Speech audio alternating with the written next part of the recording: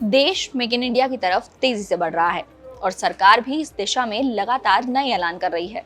और अब भारत को ग्लोबल सेमीकंडक्टर हब बनाने की दिशा में एक और बड़ा कदम उठाया गया है।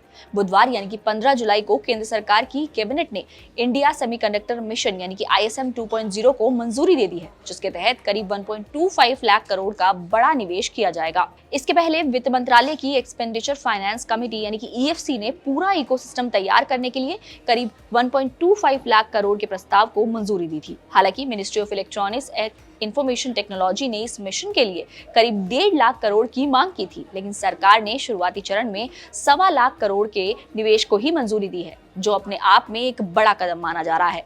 ये फंडिंग भारत में सेमीकंडक्टर प्रोडक्शन कैपेसिटी बढ़ाने और वैश्विक सप्लाई चेन में देश की हिस्सेदारी मजबूत करने में अहम भूमिका निभा सकती है।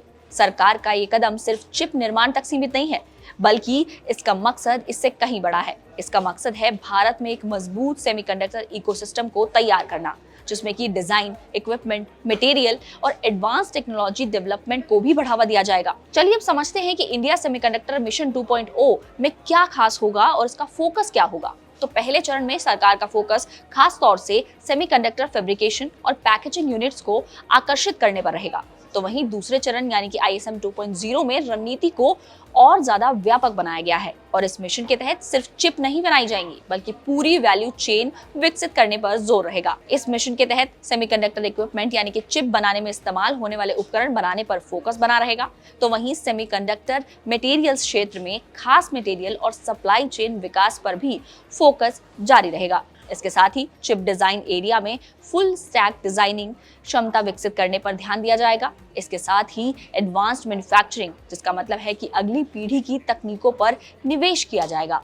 तो वहीं इकोसिस्टम डेवलपमेंट के जरिए घरेलू उद्योग और स्टार्टअप्स को बढ़ावा भी मिलेगा। ऐसा माना जा रहा है कि अगर भारत डिजाइन से लेकर निर्माण तक पूरी वैल्यू चेन विकसित कर लेता है, तो देश की ग्लोबल कॉम्पिटिटिवनेस काफी बढ़ सकती है।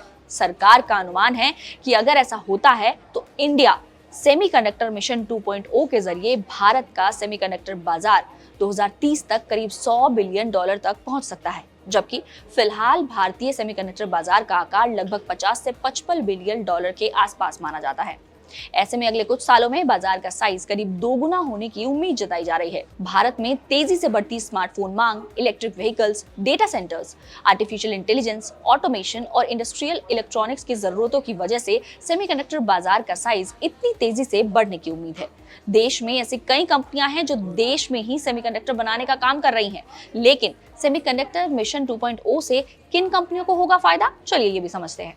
तो इसका फायदा उन कंपनियों को मिल सकता है जो chip design, electronics manufacturing, semiconductor equipment, industrial automation और हाई टेक मैन्युफैक्चरिंग से जुड़ी हुई हैं। इसके अलावा semiconductor supply chain, electronic components, advanced materials और डिजाइन सर्विसेज में काम करने वाली कंपनियों के लिए भी नए अवसर पैदा हो सकते हैं। अगर बात शेयर बाजार की करें तो शेयर बाजार में MosChip, SPEL semiconductor, BEL, Kaynes Tech, CG power, Dixon tech जैसी कई कंपनियां इन क्षेत्रों में काम कर रही हैं और उन्हें सरकार के इस फैसले से फायदा भी मिलेगा।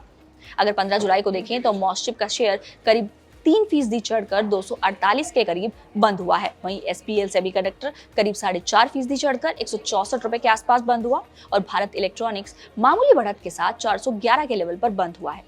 केन्स टेक्नोलॉजी इंडिया लिमिटेड करीब 1.5% से ज्यादा की बढ़त के साथ 3,344 के लेवल पर बंद हुआ, जबकि CG power and industrial solutions limited करीबन 1.5% बढ़कर 930 के लेवल पर बंद हुआ है। वहीं डिक्सन टेक्नोलॉजीज इंडिया लिमिटेड करीबन 2.5% की तेजी के बाद 13,701 के लेवल पर बंद हुआ। यानी कि सरकार के इस फैसले का असर 15 जुलाई को बाजार बंद होते होते इन शेयरों पर देखने को मिला। अब देखना होगा कि आगे इन शेयरों में कैसी चाल रहती है।